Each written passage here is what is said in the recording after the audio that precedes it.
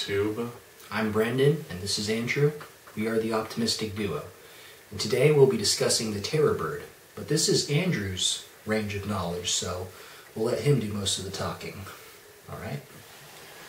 Today we're going to be talking about the terror bird being an herbivore instead of a carnivore. Like, studies show that its beak has to have a hook shape to it for its predatory nature. What you see in other birds of prey, or in other terror birds, they have hook-shaped beaks. But in this case for Gastornis, its beak doesn't have that hook shape to it.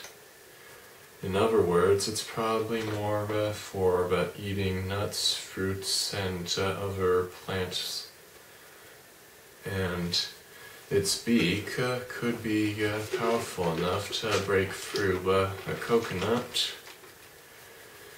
And another studies show that fossilized footprints of an American ancestor of Gastornis show that had no claw prints to them, which got me to wonder that if its claws are retractable, in a sense, right here, or if they're just blunt.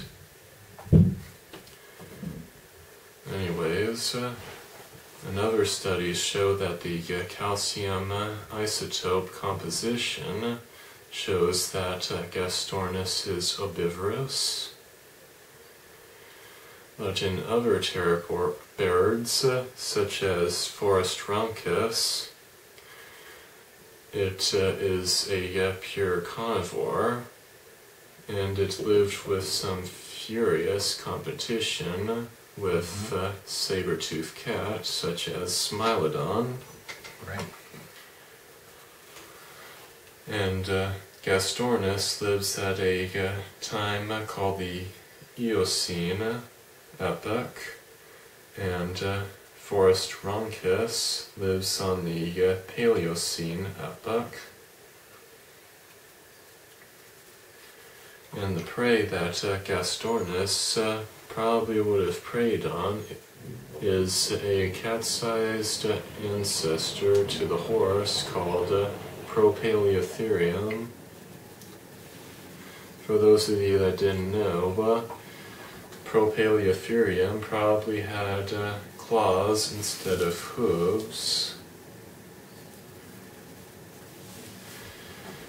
Anyways, like, wouldn't it have been interesting yet frightening back then, in a sense, that birds actually did eat horses?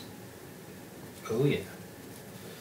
Yeah, go back several thousand or million years. Yeah, you got all kinds of interesting creatures. Rawr. Yeah. Thank you, YouTube.